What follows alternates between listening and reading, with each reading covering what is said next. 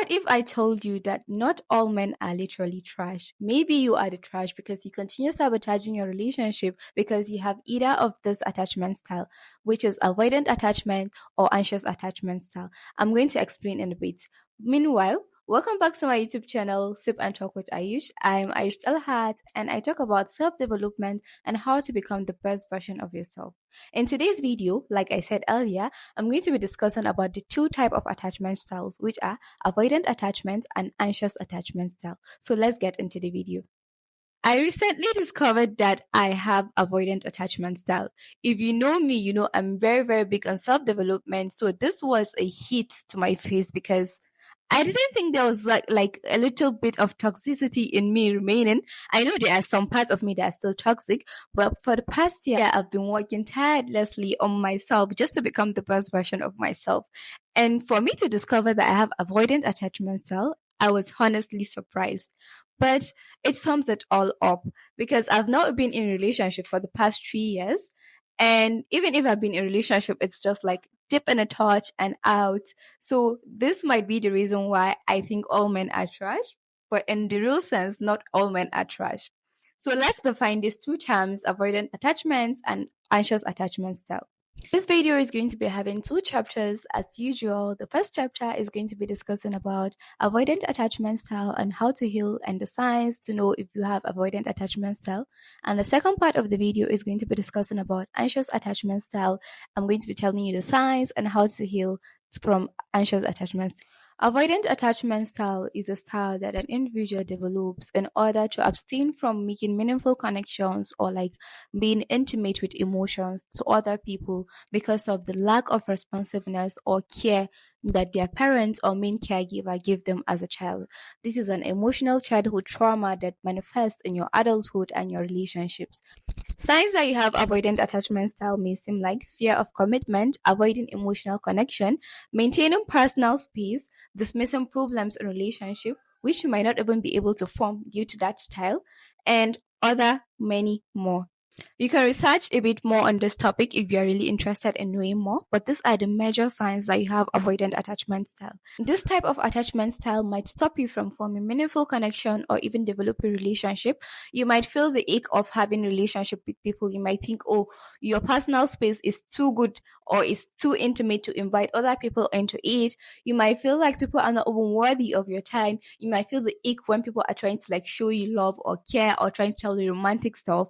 I actually have, I actually cannot read romantic messages. Like when someone send me like a long essay of romantic message, I cannot literally read it. Or when my friends are trying to show me what their boyfriend did, or like show me their relationship message or stuff like that, I don't have the patience of reading it because I have avoidant attachment style. If you really want to form meaningful relationship or have your a healthy relationship or have the man of your dreams or like the woman of your dream, you have to overcome this type of attachment style because it literally stops you from committing to healthy relationship. Because in healthy relationship, there is room for showing love and connection and showing emotions and being vulnerable. Whereas people that have avoidant attachment style are not able to do that. You might think crying is for the weak or showing your emotions is for the weak or even connecting with people or being real with them. It's for the weak, or you're thinking maybe I'm too badass to do that. You might think that you're badass, or you might think that it's at the level of detachment that you're not going to allow people to be able to hurt you. But these are all symptoms of avoidant attachment style. Might even be a serial situationship data, if you know what I mean. Like you're going to keep getting yourself into situationships and going out.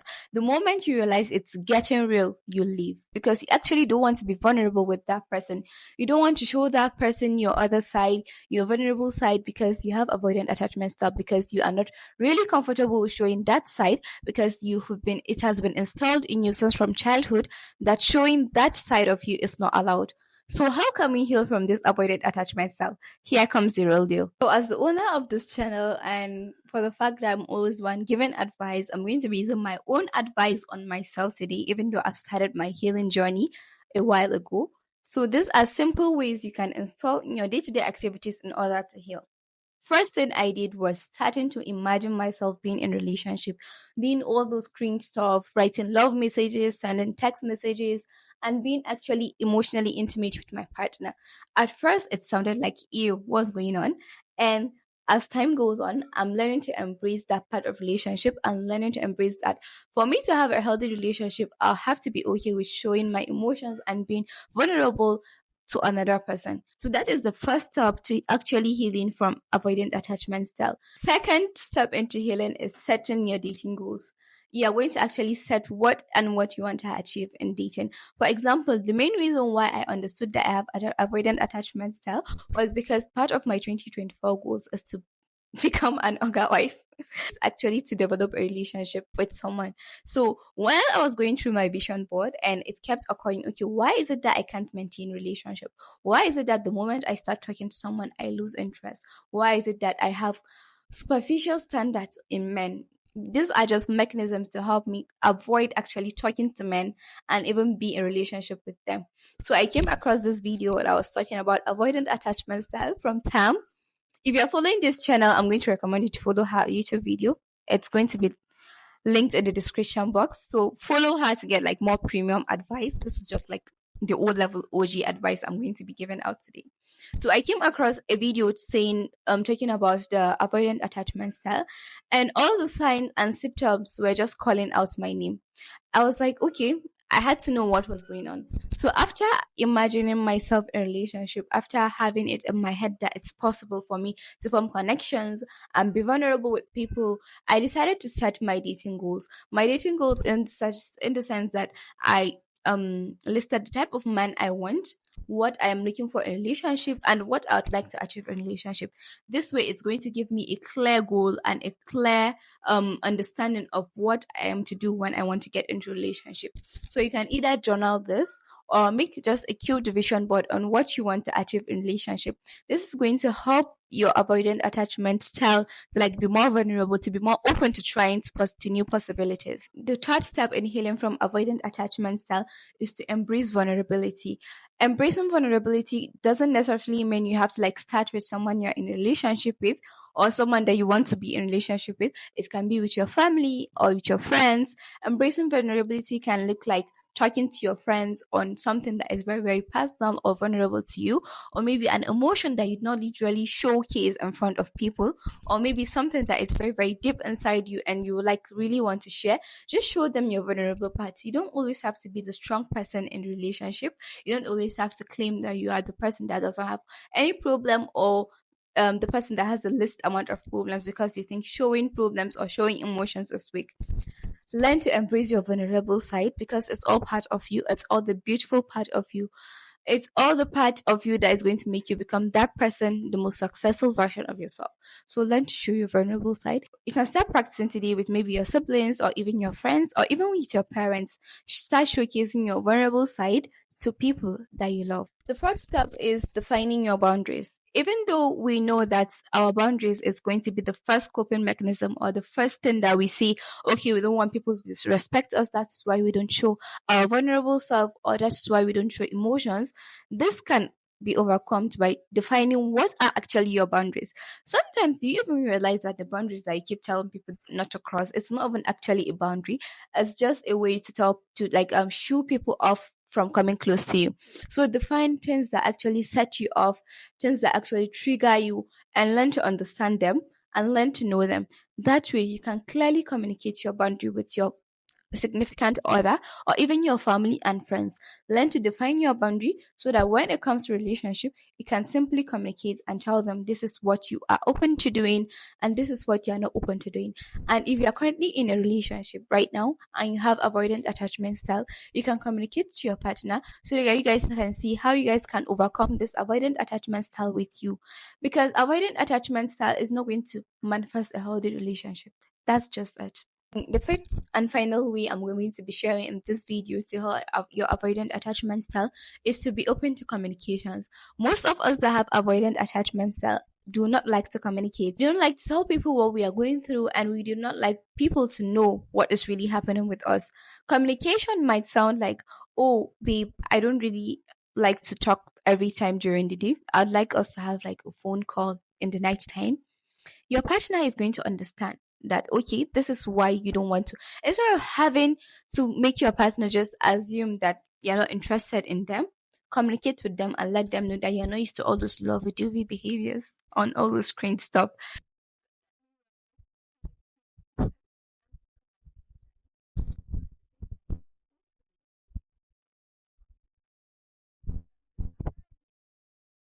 ick. It's a toxic behavior, and we do not want to be toxic.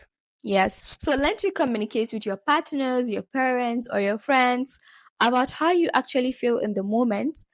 That way, it's going to help them navigate through your emotions. It's going to help them understand what you're actually going through. So, this brings us to the end of the first chapter, and I'm going to be talking about the second chapter of this video, which is anxious attachment style. The second chapter of this video is going to be talking about anxious attachment style, which is the complete opposite of avoidant attachment style. Whereas avoidant attachment style actually steer away from emotion or stay away from forming meaningful connections, anxious attachment style people are usually needy and they are constantly trying to form connection with different people. Anxious attachment style occurs due to the insecurity a child develops during their childhood. This occurs because their parents or caregivers praise them for doing a good thing today. Like it's basically when you do something good today, you are being praised, and when you do something bad today, you are being like insulted or being downgraded. So it's for example, now when you are the first position in your class, you're being, oh, you're the best girl, you're the good girl, and all that. You're giving gifts and all. But let's say you spill water on carpet and you're going to be downgraded or insulted, you're going to be called the worst and all. It might not necessarily be this extreme, but one thing with but one thing with childhood trauma is that it literally takes minutes or seconds for it to manifest. So it doesn't necessarily mean a repeated thing that has to be occurring throughout your childhood. It can just be a moment that your brain is going to collect and keep it in there, like in your memory. So when you become an adult, it continues to manifest. So anxious attachment is basically being needy and constantly seeking for validation from people. They might appear as insecure, whereas avoidant attachment might appear as secure and confident and all that. When you have anxious attachment style, you constantly want to be close to people. You're always afraid that people will not like you for who you are, or people are not going to like you because of a certain behavior. So you're always trying to keep up to what people want, and you're constantly trying to validate whatever rubbish people do to you. For example, your partner does something very, very horrible to you, and if you have anxious attachment style, you're going to keep trying to give them excuses because you believe you are the person that doesn't deserve to be with a good person, or you don't even believe that there's someone good out there that is going to be for you just for only you.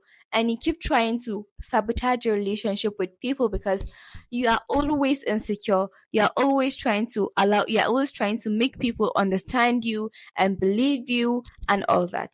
We're not doing that here. I stand a secure queen and I stand a secure person. So how are we going to move on past this anxious attachment style and heal? The answer is avoidant attachment and anxious attachment have two polar opposite, but there's something in the middle that stabilize it all. You have to have a little bit of anxious attachment and a little bit of avoidant attachment. Not in the sense of toxicity, but you have to have a secure attachment style, which means you are very, very sure that nobody's going to treat you anyhow because you are sure of yourself. But at the same time, you are going to allow yourself to be vulnerable with your loved ones and and you're going to allow yourself to communicate your feelings with them just for them to understand you better. First step in healing your anxious attachment style is understanding the signs and actually understanding why you do that. Most of the times, anxious attachment might occur in different patterns. Some of it might occur by constantly seeking for validation with your peers or your friends, always trying to follow the trend. Maybe you wear a beautiful dress and your friend tells you that this is looking not nice. You're going to change it because you have anxious attachment style, because you want them to think that you are a good person, or you want them to think that they deserve to have you in their life. Other signs of anxious attachment might occur due to you always trying to improve yourself, always constantly trying to improve how you act. Maybe, let's say you had a fight with your friend, and when you go back home, you keep thinking, oh, maybe I shouldn't have said that, I shouldn't have done that, I shouldn't have did that, because obviously you are trying to like seek validations and become a better person for your friend. So the first step in actually healing is to understand what type of anxious attachment style you have.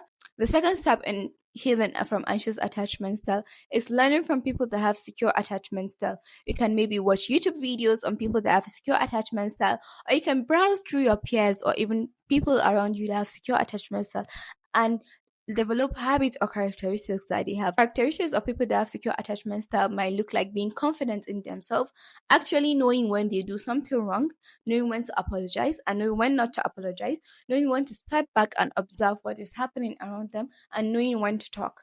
These are all characteristics of people that have secure attachment style. So you can actually learn from that in order to heal from an anxious attachment style. The third step in healing from anxious attachment style is building your self-esteem, knowing your self-worth. I keep saying the first step in becoming the best version of yourself is actually determining your self-worth. And the way to determine your self-worth is becoming obsessed with yourself, falling in love with yourself, loving yourself to know that you don't deserve this bullshit or you deserve the best. That is no actually understanding and knowing yourself. The first step is learning not to react by self-regulation and mindfulness. This might look like when you're trying to react to a disrespect, you might try to say, okay, let me not disrespect them back. I'm not an advocate for disrespect, but when you have anxious attachment style, you tend to be careful on how you respond to people that treat you poorly. You try to treat them like in a better way because you think, oh, let me be the bigger person. There's nothing like being the bigger person. I'm not an advocate for being petty, but when you are being disrespected, you do not respect the person that disrespects you. So learn not to react with mindfulness or self-regulation. When you are having an outburst, be yourself and communicate what you actually feel. Don't try to sugarcoat what they did to you. Don't try to be like, oh, I know you shouted at me earlier, but I'd prefer. No, talk to them in a respectful manner, but at the same time, do not try to downplay your emotions. And the final step on how to heal from anxious attachment style is therapy. Both avoidant attachment and anxious attachment needs therapy. And you watching this video is already a first step towards healing your anxious or avoidant attachment style. But therapy is going to like help you elevate, help you understand deeper, or help you understand the root cause of all this that is happening to you. Therapy might be a to-go ticket just to understand yourself better and how to heal from your anxious or avoidant attachment style. This brings us to the end of today's video. Hope from what I said, you've learned one or two things about avoidant attachments and anxious attachment style so that you can learn to heal from this attachment style in order to have a meaningful and healthy relationship that we all deserve. Thank you for watching. See you in my next video. Don't forget to like, comment, and subscribe. If there's anything you'd like to add, don't forget to comment down below. And you can follow my Instagram page at Ayush Alhat. Have a nice day. See you in my next video. Bye.